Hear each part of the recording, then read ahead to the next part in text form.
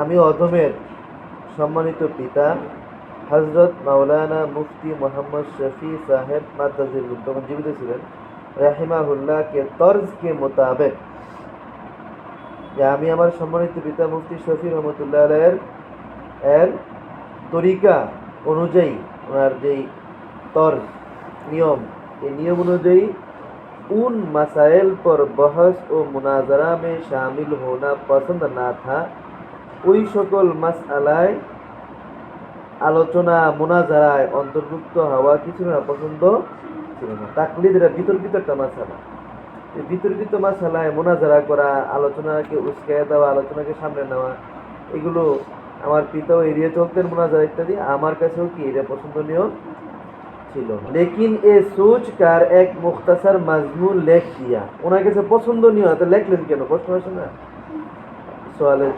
মোকাদ্দারের জবাবের মতো দিচ্ছে।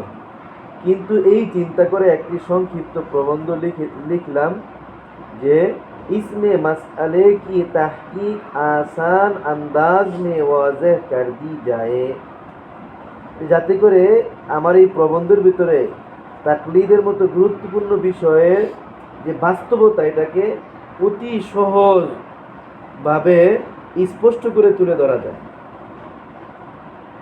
और जो हजरात इस मसले में मुसलमानों के इख्तिलाफात को हवा देकर एक दूसरे को काफिर मुशरिक करार दी रही है, আর যে সকল ব্যক্তিবর্গরা এই মাসআলার ব্যাপারে মুসলমানদের মাঝে মতনৈক্য ইখতিলাফকে উস্কিয়ে দিয়ে একে অপরকে কাফের এবং মুশরিক करार दी रहे हैं, একে অপরকে কাফের এবং মুশরিক বানাচ্ছে, উনহে দাওয়াতে ফিকির দি যায়, তাদেরকে ফিকিরের জন্য দাওয়াত দেওয়া হয়। তো উদ্দেশ্য কয়টা হলো? দুইটা উদ্দেশ্যে লেখছে। এক নম্বর হলো অনেক লেখা হয়েছে, লেখার জরুরত ছিল না, লেখলেন আবেদনের পরিপ্রেক্ষিতে। আবার আবেদনটা এমন এক বিষয়ে, যে বিষয়ে ওনার পিতারও পছন্দ ছিল না কথা বলা, আবার উনিও এই বিষয়ে কথা বলা, তর্ক বিতর্কে জড়াতে পছন্দ করেন না। এরপরেও লেখলেন কেন?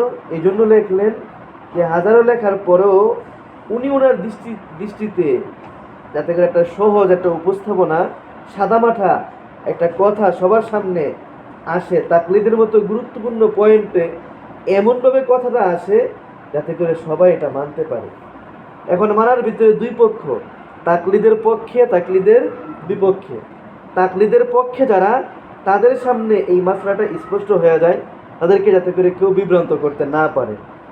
আর দুই নম্বর হলো তাকলিদের বিপক্ষে যারা, তাদের সামনে একটা উপস্থাপনা এমনভাবে দেওয়া যাতে করে তারা এই উপস্থাপনা থেকে চিন্তার খোরাক পায় এবং তারা তাদের নজরিয়ার উপর নজরে সানি করতে পারে, যে আমরা আমাদের যে দৃষ্টিভঙ্গি পেশ করতেছি, এই দৃষ্টিভঙ্গির ভিতরে আমাদের কি খামি আছে, এটা যেন তারা বুঝতে পারে।